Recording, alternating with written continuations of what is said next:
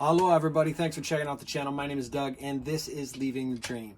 If you want to know more about the channel or you want to know what you can expect from this channel, just click on this introduction video right here. And if you want to check out the new podcast, episode 1 is basically the story of my life, including how I made it out to Hawaii and eventually applied for the Honolulu Police Department. Episode 1 is up and available, and you can also find that right here, along with behind the scenes interviews with the people important to my story. So today is July 21st, 2020. It was supposed to be Mike Miske's detention hearing, but it got pushed back until Friday. So in lieu of that, we're going to get into the paperwork. This one is going to be for the hardcores, guys. This is going to be for the ones that want to get deeper into the facts. And of course, I'm going to give my perspective as a former law enforcement officer with the Honolulu Police Department. So many of you requested more information, and as I promised, we're going to do that today. So stay tuned. Please remember that everybody involved in this case is presumed innocent until proven guilty in a court of law. And I also want to make sure to mention before I get started that as big and important as this case is for the peace and the justice of the people of Hawaii, and as important and interesting as it is for the rest of us who live off island or on the mainland or somewhere else in the world, let's not forget that there are real victims in this case. I mean, there are real people who died, real families who were torn apart. Moms and dads and countless others who were assaulted or threatened or lived their lives in fear. Hawaii will overcome this. I have hope for that. Also, I do want to mention that there is a GoFundMe that is using my image and likeness for their fundraising. I do not have a GoFundMe. I do not have any fundraiser for anybody, for Mike Miske or for the families of John Fraser or Caleb. I do not have a GoFundMe. So I was made aware, and I did see the photos, and I did report that account for using my identity. And so if you're ready, I'm ready. Let's get right into it. What's up, guys? So today we're going to be going through the memorandum in support of motion to detain defendant Mike J. Miske Jr. Basically what this is a memo that has been submitted by the prosecutors for the FBI to explain to the court or to a judge why he should be detained. This is basically going to give a little bit of detail as to what they have on the case and why he shouldn't be allowed out on bail.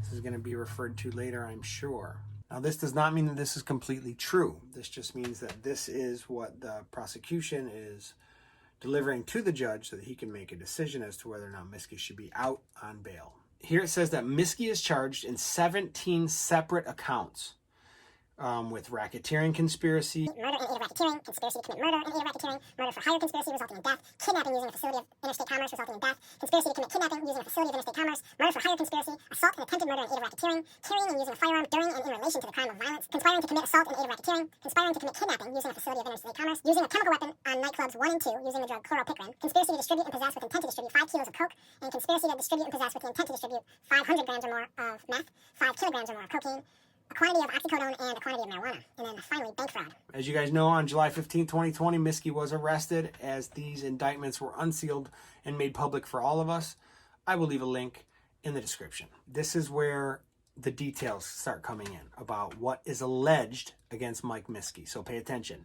It says that the use of threat and violence in firearms was a signature of Miske and the enterprise as evidenced in the superseding indictment, which outlines a campaign of violence waged by Miske on his rivals, competitors, and innocent members of this community over a period spanning years, if not decades. In so doing, Miske participated, directed, and facilitated numerous assaults, kidnapping, extortion, the use of firearms, attempted murder, and murder for hire.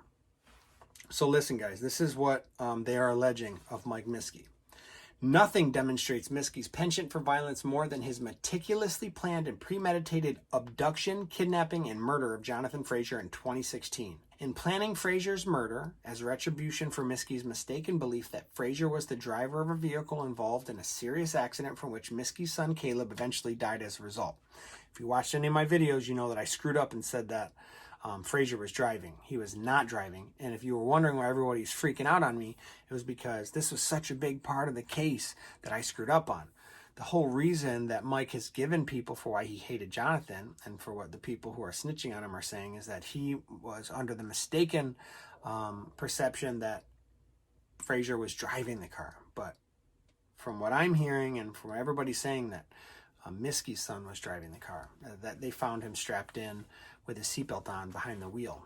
Miske purchased a $425,000 Boston whaler boat to dispose of Fraser's body and arranged to have the vessel's GPS tracking system disabled prior to the murder. He provided Fraser a place to live where Miske could keep tabs on him in the days leading up to the murder.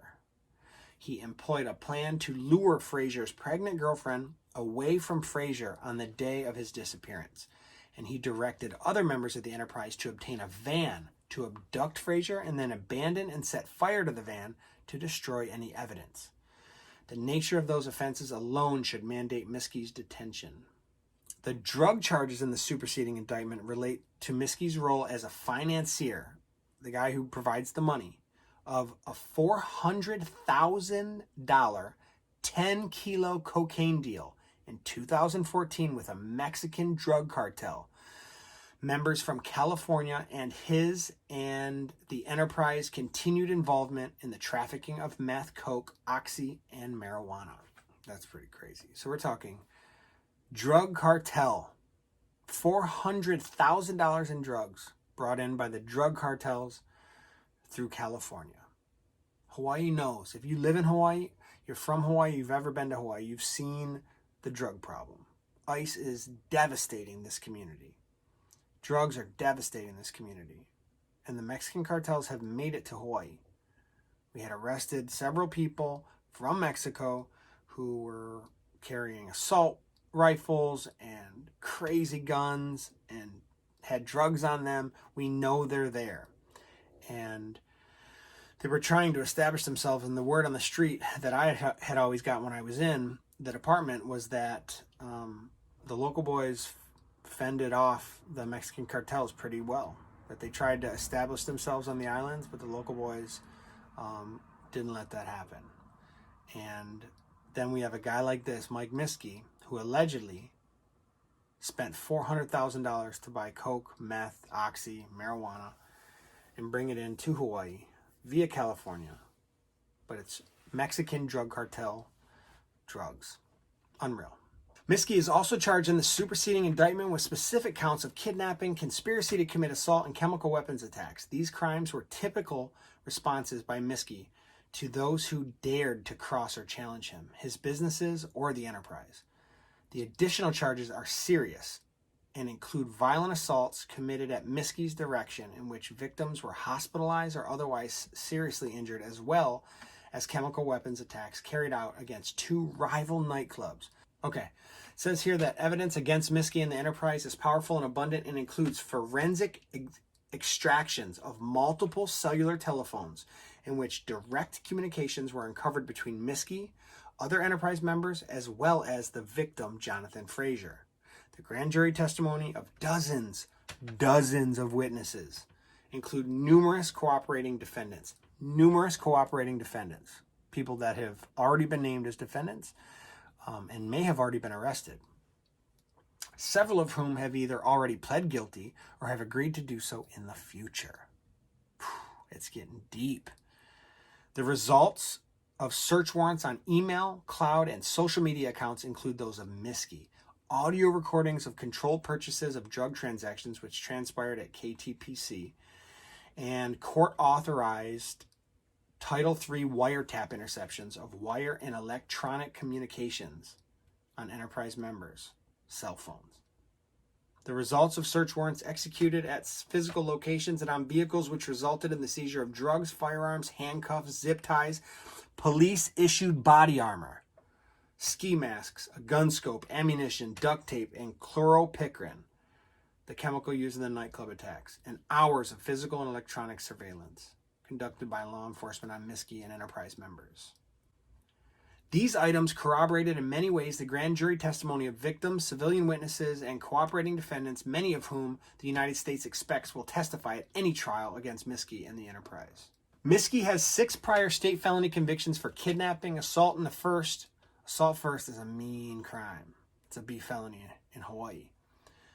These are talking about the charges he actually has in Hawaii. So these are not federal charges. These are the charges they're citing to his past and why it would be good if he wasn't allowed to bail. dude, why is somebody who has 6 violent felony convictions still out on the street? Police officers in Honolulu, it drives them nuts. Some of you, it's going to be hard to believe what I'm about to say, but I have run into people who have 100 or 200 prior arrests. 200 prior arrests. Let's say you're 50 years old and you didn't get arrested until you became an adult, right? Because that's the only ones we have record of. Let's say 20. So for 30 years, you have 200 arrests, dude. That is insane. That's insane. That's literally almost getting arrested every month. And they're walking the street.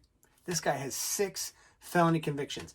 Kidnapping, assault first. Both of those are violent crimes. He had a fraud, use of credit card, and 3 separate thefts and felony thefts. Okay, it says that in 2013 he was charged with assault in the 2nd degree, CPD, which is criminal property damage in the 2nd degree, and assault in the 3rd degree, relating to a vicious assault he committed and directed others to participate in, just outside the M nightclub. I wonder if that's the football one. Okay, it says that Mike's attempt to threaten, intimidate, and obstruct even extend to law enforcement officers who have had contact with him. This is the Ali and Jared Spiker case. On November 13, 2015, Miske was observed by Honolulu police using a cell phone while driving a Cadillac Escalade in violation of state law. After the police officer directed Miske to pull over, Miske began to comply, but then refused to do so and left the scene.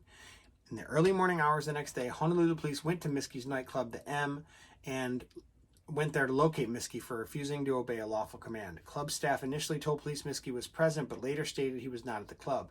Police then tried several times to contact Miske by phone, but the calls were not answered. And about 4:30 a.m. that same morning, the officer who attempted to cite Miske received an incoming phone call on his personal cell phone.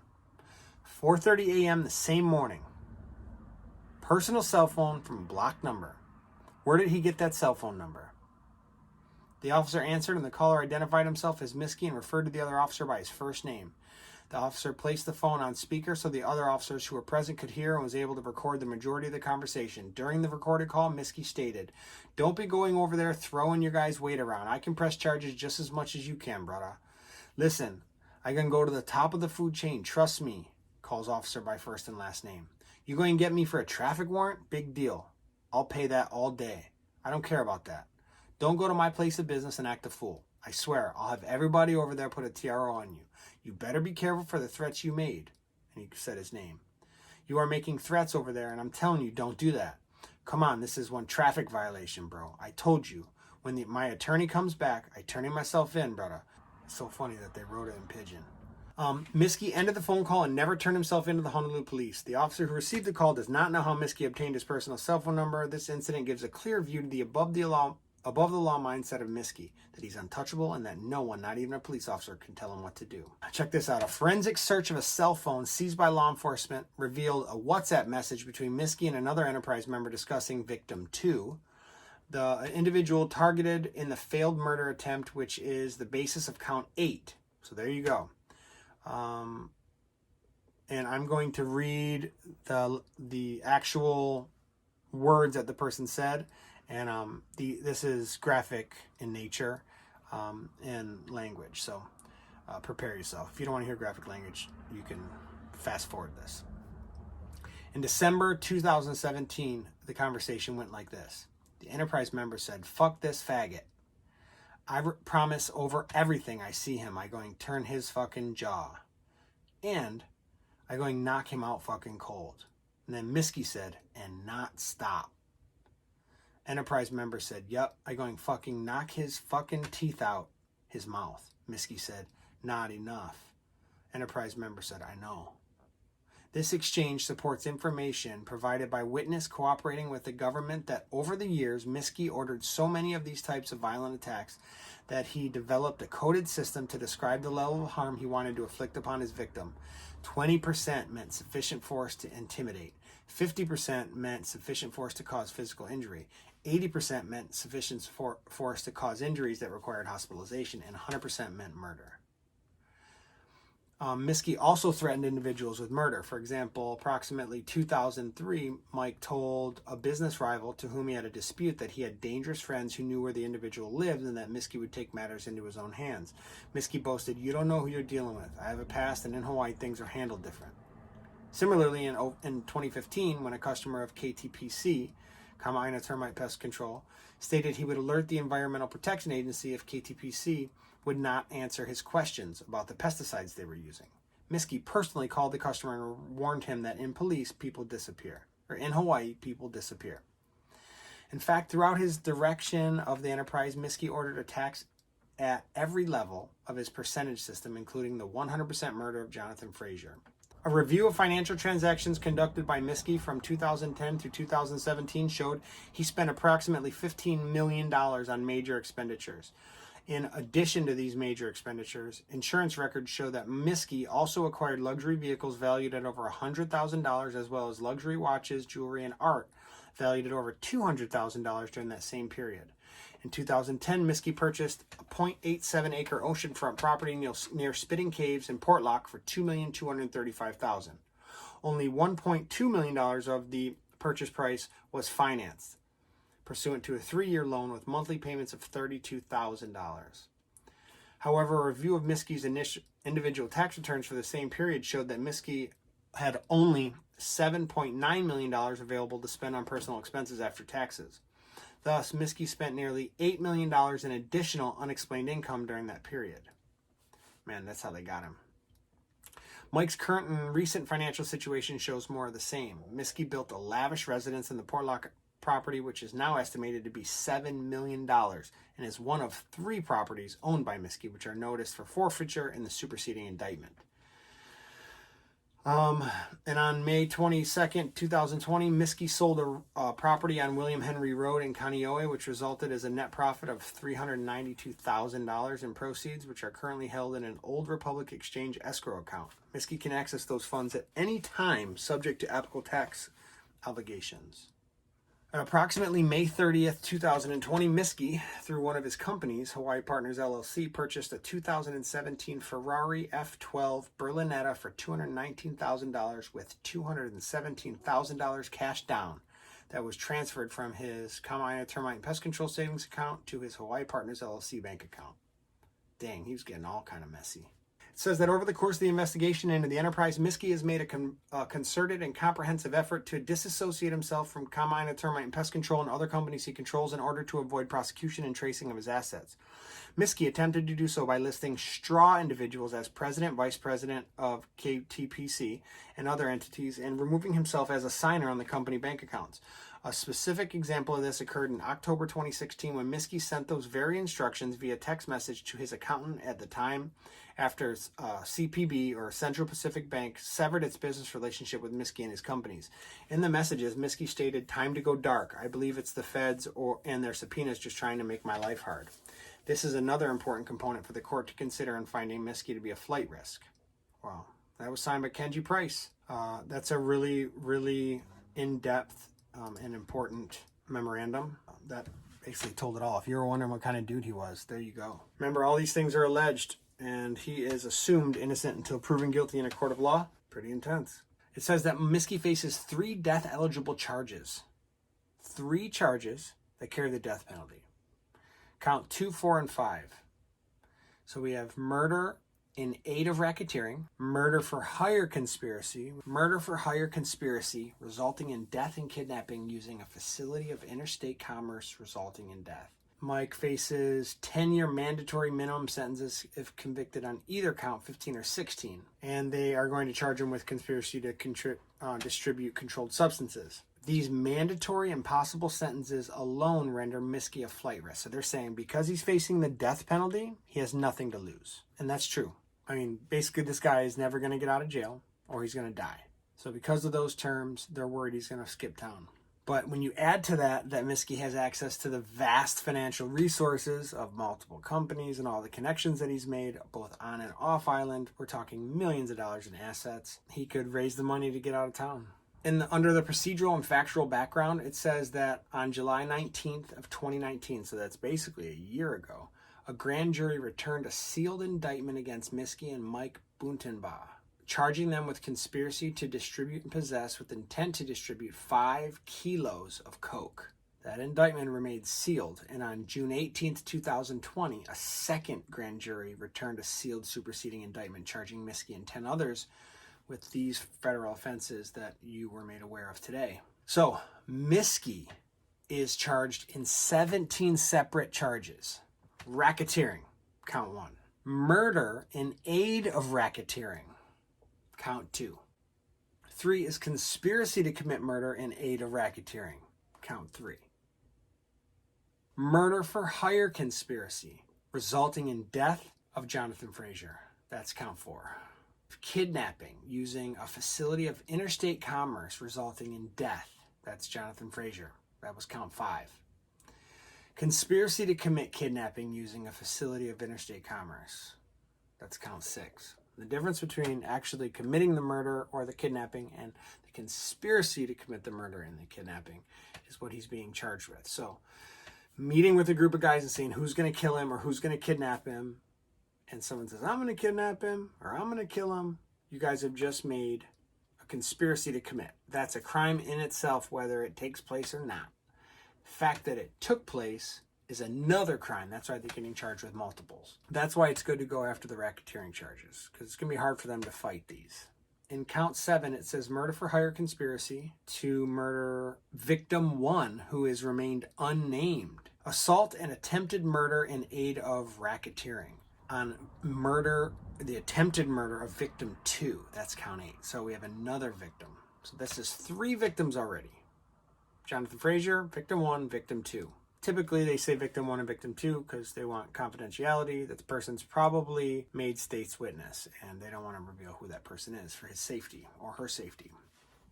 Count 9, carrying and using a firearm during and in relation to the crime of violence, charged in count 8. Wow. So, for using a firearm during count 8, that's what count 9 is.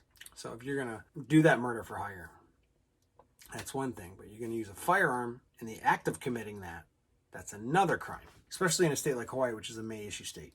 Conspiring to commit assault in aid of racketeering. So that's basically just beating somebody up while doing it for the bigger group or your mafia or your gang. Count number 11, conspiracy to commit kidnapping using a facility of interstate commerce of victim 3. So this is that third victim again. I don't know who that is. I have no idea. Count 12, conspiracy to use a chemical weapon in connection with the release of Chloropicrin into nightclubs in Honolulu. I don't know what the truth is on this one, but the word was that he released those in the nightclubs to damage their reputation and damage their night. Using a chemical weapon to release Chloropicrin into nightclubs 1 and 2. That's counts 13 and 14. Each nightclub will have its own count. So there's 2 nightclubs involved. 3 victims, 2 nightclubs right now. Count 15 is conspiracy to distribute and possess with intent to distribute 5 kilos or more of coke. 1 count of 500 grams or more of a mixture or substance containing meth.